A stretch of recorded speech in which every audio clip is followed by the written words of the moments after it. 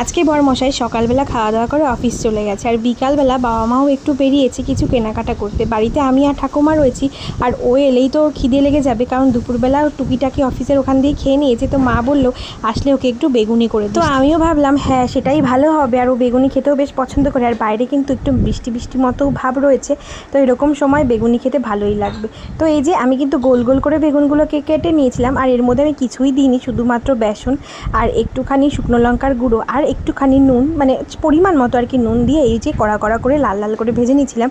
কিছু কিছু একটু ফুলেছিল আর কিছু কিছু একটু কমও ফুলেছিল। তারপরে কিন্তু সবগুলো ভাজা হয়ে গেল। কিছুটা মুড়িও নিয়ে নিলাম, কারণ মুড়ির সাথে বেগুনি ভালো লাগে খেতে। আর অনেকদিন ধরে না দুধ চা খেতে ইচ্ছা করছিল, কিন্তু অ্যাসিডিটির প্রবলেম হয় বলে এখন তো দুধ চা খাওয়া বন্ধই করে দিয়েছি। তো আজকে ভাবলাম একটু আদা দিয়ে আর একটু এলাচ লবঙ্গ দিয়ে দুধ চা বানাই। তো সেরকম করেই কিন্তু আজকে বানাচ্ছি।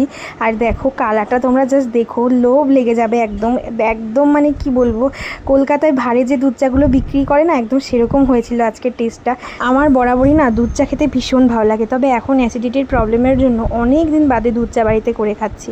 আর এই বেগুনির সাথে দুধ চা খেলে আবার ভয় হয়, মানে অ্যাসিডিটির প্রবলেমটা হতেই পারে, কিন্তু ঠাকুরের আশীর্বাদে কিছু হয়নি। আর এই ভিডিওটা যখন এডিট করছি মনে হচ্ছে এখনই গিয়ে আবার চা বানিয়ে খাই, কারণ আজকে বাইরে আবারও বৃষ্টি হচ্ছে।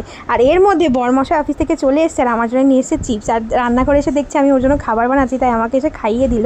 আর দেখো কালারটা কি সুন্দর হয়েছে। চলো এবার খেতে দিয়ে দিই। ও যখন ট্রেনে থেকে নামবে তখনই আমি বলেছিলাম আমায় ফোন করে জানাবে, তখনই আমি কিন্তু চাটা বানাবো। ও ট্রেন থেকে নামার সময় আমাকে ফোন করে বললে আমি চটপট করে বেগুনিগুলো ভাজলাম আর চাটা বানালাম। তার মধ্যে ও এসে গেছে, আর ও ফ্রেশ হতে হতে আমার কিন্তু বাকি রান্না, মানে বাকি যে আয়োজনটা কমপ্লিট হয়ে গেছে। আর এইবার কিন্তু দুজনে মিলে বসেছি খেতে। বিশ্বাস করো এই বৃষ্টির মরশুমে দুজন মিলে একসাথে বসে খাওয়া আর গল্প করার মধ্যে আলাদা একটা আনন্দ আছে।